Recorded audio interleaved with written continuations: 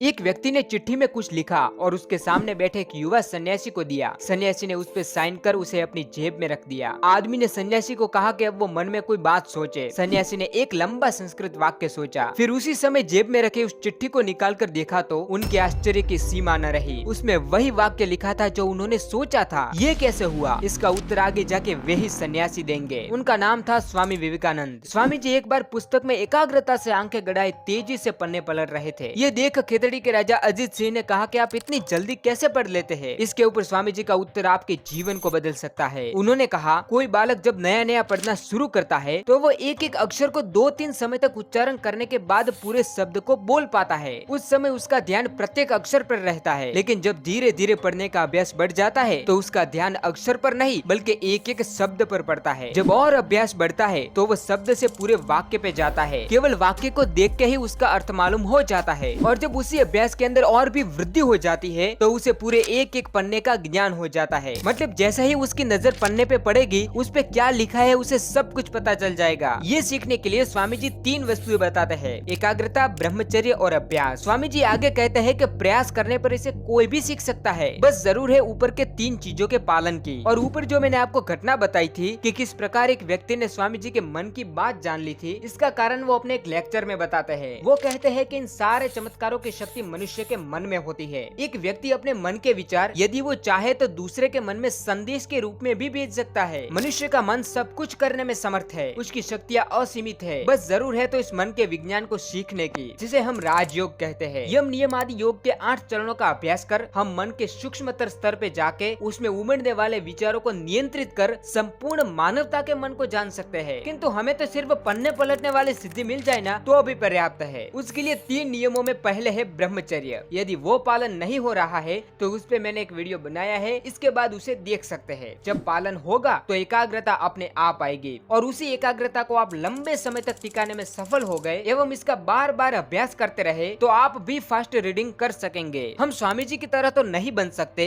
लेकिन जो चीज 2 घंटे की है उसे आप अभ्यास के द्वारा आधे समय में भी कर सकते हैं। बस मन की शक्तियों का उपयोग करना सीखना है, जिसका प्रथम कदम है ब्रह्मचर्य। उसके बाद अभ्यास करते रहिए और सीखते रहिए। मैं भी सीख रहा हूँ। मिलते हैं अगले वीडियो में।